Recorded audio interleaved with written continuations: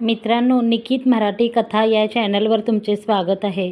प्रेमाचा रिमझिम भाग 52 आता पुढे. आई म्हणाल्या त्यावर दिव्या एकदम भयचकित झाली होती. पारवीच्या बरं होण्याआधीच वैभवच्या दुसऱ्या लग्नाचा विचार सुरू करणे हे तिच्यासाठी तर पापच होते.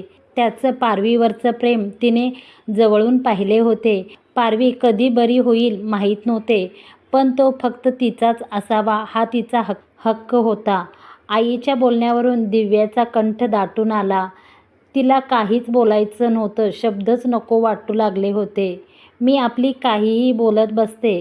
राग नको मानू. माझ्या मनात जे होते मी ते बोलून गेली.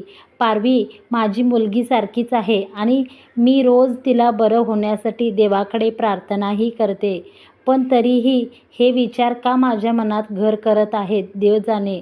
मला माझेच मन खात असते. काय करू मी? दिव्या, तू तर त्याच्यासाठी सख्या बहिणीसारखी आहेस. तुझं नक्की ऐकेल तो. एकदा माझ्यासाठी त्याच्याशी नीट बोलशील का? आई तिला हातात हात घेत म्हणाली. मी नाही सांगू शकत. त्याला राग येऊ शकतो, दिव्या म्हणाली. त्यांचा उदास चेहरा आणि अश्रूंना बांध घालण्यासाठी दिव्या पुन्हा म्हणाली. तरी पण मी या विषयावर वैभवशी नक्की बोलायचा प्रयत्न करेन.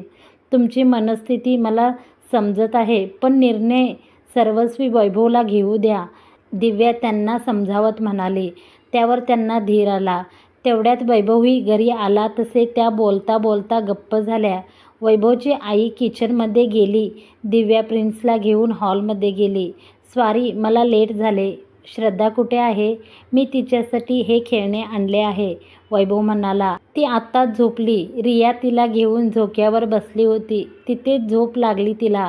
दिव्या येत म्हणाली. अरे मग मला आता तिची उठण्याची वाट पाहावी लागेल. तो ते खेळणे खाली ठेवत म्हणाला. दिव्या विचार करत होती. वाट तर तू पारवीच्या उठण्याची सुद्धा पाहत आहेस वैभव. पण कधी तो दिवस येईल. जास्त उशीर नको होऊ दे. पण मी तुझ्या सुखासाठी मी मागे हटणार नाही. मी याबाबत नक्कीच बोलून बघेन. थोडा वेळ गप्पा सुरू होत्या. नंतर जेवणे देखील झाली. वैभवने श्रद्धासाठी एक जुन्या काळातला प्लास्टिकचा फोन आणला होता, ज्याला रिसिव्हर होता. त्या खेळण्यावरून दोघांची भांडणे झाली. त्यामुळे दिव्याने त्या दोघांना वाटले. श्रद्धाने रिसिव्हर घेतला आणि प्रिन्सने ज्याला बटन होते ते बॉक्स घेतला. ती एकीकडे फोनवर बोलू लागली. तो बसून बटणे दाबू लागला. दिव्याच्या मनात अनेक प्रश्न होते, पण यावेळी तरी तिला ते बोलायचं नव्हते. इतक्यात तिथे सोनलही आली होती, जी लग्नाच्या तयारीसाठी काही दिवसांपासून तिथेच राहत होती. घरातल्या कामात मदत करत होती. तसेच ती सगळ्यांचा पाहुणचार करत होती. दिव्याला पारवीने मागे एकदा सोनलबद्दल सांगितले होते. त्यावरून तिला एकंदरीत अंदाज आला होता की ही नक्कीच वैभवमध्ये अजूनही इंटरेस्टेड आहे आणि वैभवशी लग्न करण्यासाठीच हा सर्व घाट घालत आहे. पण दिव्याचा नाईलाज होता. तिथे तिचं काही बोलणे चुकीचं होते. थोडा वेळ बसून ते निघाले. पुन्हा घरात नाराजीचे वातावरण पसरले. घरात लग्न होते, पण तरीही कुणीच उत्साही नव्हते. सिंधूची आई सोडली तर बाकी सर्व तेवढ्यात तेवढे कामाच्या मागे होते. 4-5 दिवस गेले आणि वैभवची आई एकाएकी आजारी पडली. तिने वैभवचा टेन्शन घेतला होता. त्यांना जवळच्याच एका हॉस्पिटलमध्ये ॲडमिट करण्यात आले. वैभवला समजले तसे तो धावत पळतच ऑफिसमधून निघून हॉस्पिटलमध्ये गेला. त्या बेशुद्ध होत्या. स्ट्रेस लेव्हल वाढली होती त्यांची. त्यामुळे BP हाय झाला होता. त्यांना आरामाची खूप गरज होती. वैभवला आता आभाळ कोसळल्यासारखा वाटत होतं. पारवी बरी होत नव्हती आणि त्यात आईही आजारी पडली. एवढी हिंमत कुठून आणणार होता तो? पारवी बरी होईल हा विश्वास होता, पण आईचं काय? ती ऐकायला तयार नव्हती. दुसऱ्या दिवशी तिला जाग आली तसे वैभव तिच्याशी बोलू लागला. आईने पुन्हा त्याच्या दुसऱ्या लग्नाचा विषय काढला. आई, तू आधी आराम कर ना. आपण घरी गेल्यावर बोलू सर्व. तो विषय बदलत होता. नाही पोरा, मी आज आहे तर उद्या नाही. मी पण नसले तर तुझ्या पोराला कोण जीव लावेल? पारवीच्या घरचे प्रिन्सला सांभाळू शकतात. नाही असे नाही, पण किती दिवस तिकडे ठेवशील? ती सोयरी माणसे आहेत. पोराला तुझा लळा नाही राहणार. त्यामुळे एकदा नीट विचार कर. तुझ्या मुलाला सांभाळण्यासाठी कायम कुणीतरी हवे असेल तर त्यासाठी एक मुलगी हवी, जी त्याला प्रेमाने, काळजीने सतत जवळ ठेवेल. आणि सोनलच हे करू शकते. त्या बोलत होत्या. वैभवकडे ऐकण्याशिवाय पर्याय नव्हता. तिची कंडिशन अशी झाली होती की ती मानसिक रुग्ण जास्त होती. तो तिच्या बोलण्याला फक्त दुजोरा देत होता. दुसरं काय करणार होता तो? थोड्या वेळाने हॉस्पिटलमध्ये दिव्या जे आले. आई आराम करत होत्या. वैभवचे काही ठराविक फॅमिली मेंबरही तिथे होते. वैभव त्यांच्याशी थोडाफार बोलून बाहेर निघून गेला. तो बाहेर झाडाखाली एकटाच गप्पच बसून होता. त्याच्या हातातून सारं काही निसटत आहे असे काहीसे त्याला वाटत होते. इतक्यात दिव्या तिथे आली. वैभव, मला तुझ्याशी एक बोलायचं होतं, दिव्या म्हणाली. हां बोल ना दिव्याताई, तो उभा राहत म्हणाला. बस. ती त्याला बसायला सांगून झाडाच्या पारावर त्याच्या शेजारी बसली. मी तुला पारवीची वहिनी म्हणून नाही तर बहीण म्हणून एक गोष्ट सांगत आहे, नीट ऐक, दिव्या म्हणाली. काय बोलायचं आहे ताई? तुम्ही असे का बोलत आहात? तो तिच्या चेहऱ्याकडे पाहत अंदाज लावत होता. नक्कीच ती काहीतरी अनपेक्षित सांगेल असे त्याचं मन सांगत होते. वैभव, पारवी खूप दिवस झाले कोमात आहे. ती कधी बरी होईल हे नाही सांगू शकत, पण तुझ्या आई बऱ्या होऊ शकतात जर तू त्यांच्या मनासारखं केलं तर, दिव्या कठोर मनाने बोलत होती. तुम्हाला माहीत आहे का ती काय म्हणत आहे? ती मला दुसरं लग्न करायला सांगत आहे, ते पण सोनलसोबत. वैभव चिडून म्हणाला. हो माहीत आहे मला. सोनलही तयार आहे लग्नाला. ती आली की आई आपोआप बरी होईल, दिव्या शांतपणे म्हणाली. आणि पारवीचं काय? आणि तसे पण सोनल आणि मी हे शक्य नाही. मी कधीच ही गोष्ट इमॅजिन करू शकत नाही. पण गेले किती दिवस मला हे सर्व निमूटपणे सहन करावे लागत आहे. त्यात ती सोनल, तिलाही अक्कल नाही. ती उलट अजून आईच्या नजरेतून येण्याचा प्रयत्न करत आहे. मी यावरून घरात वाद घालू शकत नाही, कारण घरात लग्नाचे वातावरण सुरू आहे. सोनल घरात राहत आहे, सर्वांना मदत करत आहे. याचा अर्थ तिला माझ्या गळ्यात बांधायची असं सर्वांचा विचार सुरू आहे. पण माझे काय? मी काय वस्तू आहे? मला भावना नाही? प्रेम फक्त गरज असते का ताई? तो दिव्याकडे पाहत म्हणाला. तुझं बरोबर आहे, पण आयुष्यात तडजोड करावी लागते. काही नात्यांना आणि काही व्यक्तींना सावरण्यासाठी. तुला आता दुसऱ्या लग्नाविषयी सांगत आहे, कारण वैभव नाही तर तू तुझ्या आईंनाही गमावशील. दिव्या मनाविरुद्ध बोलत होती, कारण तिला परिस्थिती कळत होती. हट्ट करून विषय संपणार नव्हते. त्याच्या आईला शब्द दिला होता तिने. ताई, तुम्ही असे बोलाल वाटले नव्हते. जेला कळले तर त्याला वाईट वाटेल, वैभव म्हणाला. मला सर्व माहीत आहे वैभव, दिव्या बरोबर बोलत आहे. पारवीची सर्व जबाबदारी आम्ही घेऊ. तू फक्त आईची काळजी घे. त्यांना काही होऊ देऊ नकोस, जय येत म्हणाला. वैभव आता दूर पाहू लागला. कुठेतरी दूर पळून जावेसे वाटत होते. दुसऱ्या दिवशी आईंना घरी आणले. त्या बऱ्या होत्या. बीपीची गोळी सुरू होती. सर्व त्यांची काळजी घेत होते. सोनल तर होतीच, पण तिचं सर्व लक्ष वैभववर होतं. तो अजूनही लग्नाबद्दल काहीच बोलत नव्हता. हे घे चहा आणि हा टिफिन, सोनल त्याच्या खोलीत येत म्हणाली. मी ऑफिसला नाही जात आहे. आणि हो, माझ्या रूममध्ये शिरताना आधी दार वाजवत जा, तो थोड्या चिडक्या स्वरात म्हणाला. पण मी तर इथे लहानपणापासून येते ना, आजच थोडी आली आहे इतकं ऑकवर्ड वाटायला, ती म्हणाली. लहानपणीची गोष्ट वेगळी असते सोनल. तू पुन्हा तीच चूक करत आहेस. आणि सोनल, तू आणि मी फक्त कॅजिन असू शकतो, नवरा बायको नाही. तुझ्याकडे माझ्यापेक्षा बेटर ऑप्शन आहेत. सोनल, तू हे सगळं मी तुझ्यासाठी लग्न करेन या उद्देशाने करत असतील तर प्लीज आत्ताच सावर स्वतःला. हे नाही होऊ शकत, असे म्हणत तो तिथून निघून गेला. पण ती मात्र गालात हसली. म्हणजे याला माझ्या मनातले कळले आहे तर. जर आपण एकमेकांसाठी बनलोच आहोत तर त्याला तू तरी काय करशील वैभव? फिरून फिरून तुला माझ्याकडेच यावे लागेल. ती स्वतःशी पुटपुटली. पारवी कोमात असली तरी आता तिच्यात थोडा बदल झाला होता. तिला सर्व काही कळत होते, ऐकू येत होते. तिच्या मनात प्रचंड विचार सुरू असायचे. माझे बाळ कुठे असेल, काय करत असेल, ठीक तर असेल ना? तिला त्याला पाहायचं होतं. ती त्याच्या आशेवर जिवंत होती. तिला वैभवची काळजी वाटत होती. त्याचा उदास चेहरा आणि बोलणे ऐकून तिचं मन खात होते. पण अंगात ताकद नव्हती, स्फूर्ती नव्हती. इकडे 2 दिवसांनी आई चालू फिरू लागली. तसे वैभव प्रिन्सला घेऊन पारवीला भेटायला जाण्यासाठी निघाला असताना त्याच्या आईने सोनललाही सोबत घेऊन जाण्याचा हट्ट केला. आई, तू का पुन्हा पुन्हा तेच सांगतेस?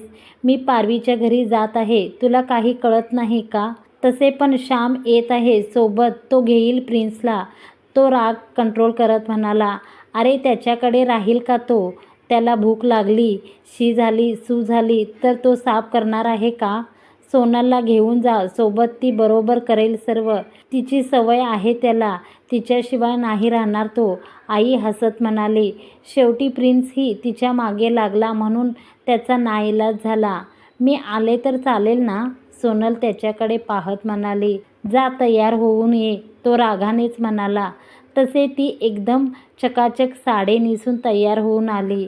ते पाहून त्याच्या तळपायाची आग मस्तकाला गेली. हे काय आहे सोनल? आपण लग्नाला जात आहोत का? साडी का नेसले आहेस? तो म्हणाला. ते माझ्याकडे चांगले ड्रेस नव्हता म्हणून.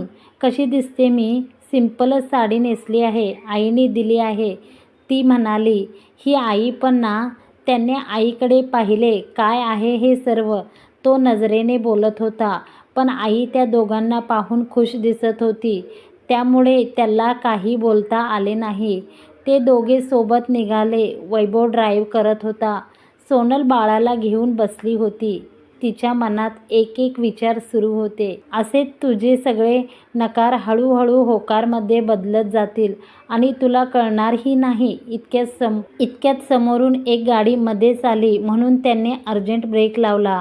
प्रिन्स पुढे ठोकणार तोच वैभवने आणि सोनलने दोघांनी त्याला एकदम पकडले. त्याचा हात तिच्या हातावर होता. ते लक्षात येताच त्याने हात पटकन काढला.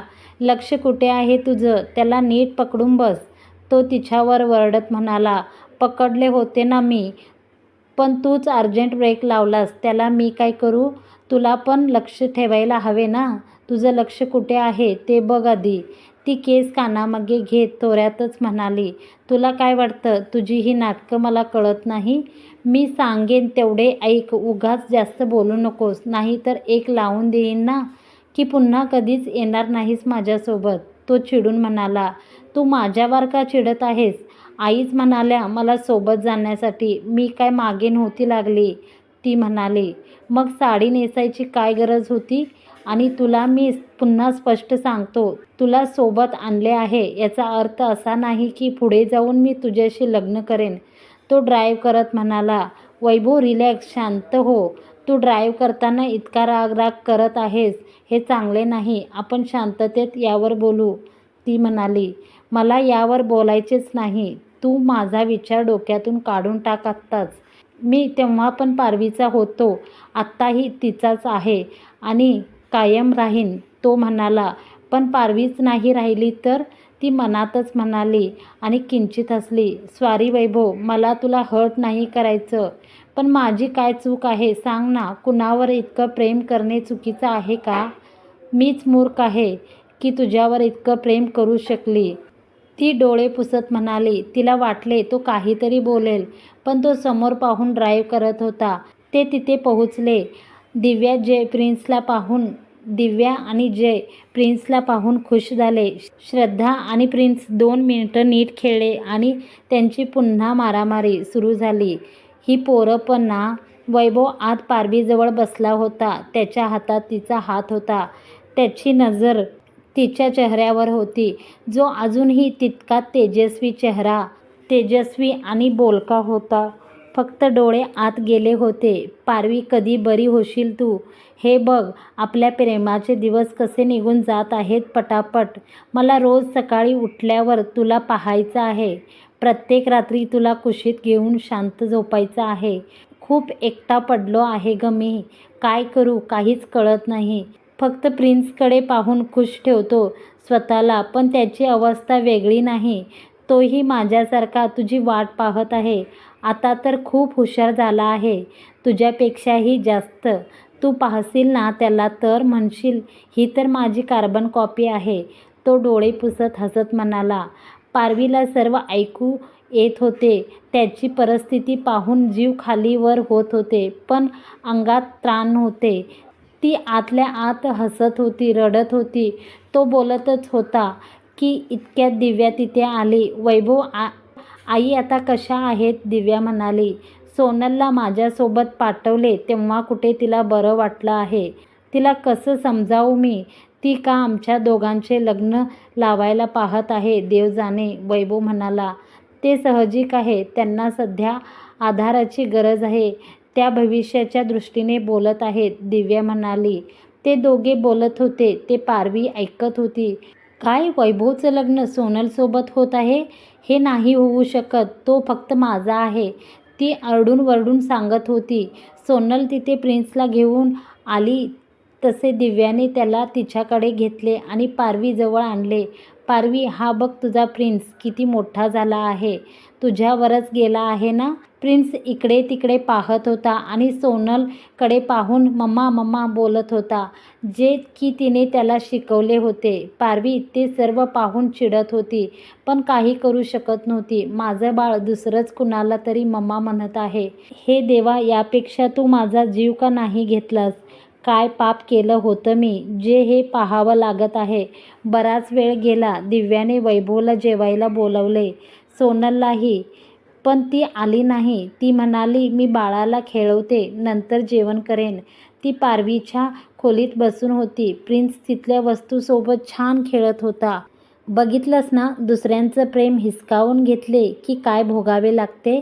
वैभव आणि मला तू वेगळं केलं. आमचे लग्न ठरवलेले असताना तुझ्या घरातल्यांनी तुला त्याच्या गळ्यात बांधले. वैभव तेव्हाही माझाच होता आणि आत्ताही माझाच आहे. तुझा तो कधीच नव्हता. पारवी, म्हणून तुझी ही अवस्था आहे, असे म्हणत ती हसली. पारवी रागाने पोळून निघत होती. तिचे सून पडलेले हात, पायात असलेले रक्त खवळून निघत होते. मित्रांनो, आजचा भाग तुम्हाला कसा वाटला कमेंट करून जरूर कळवा.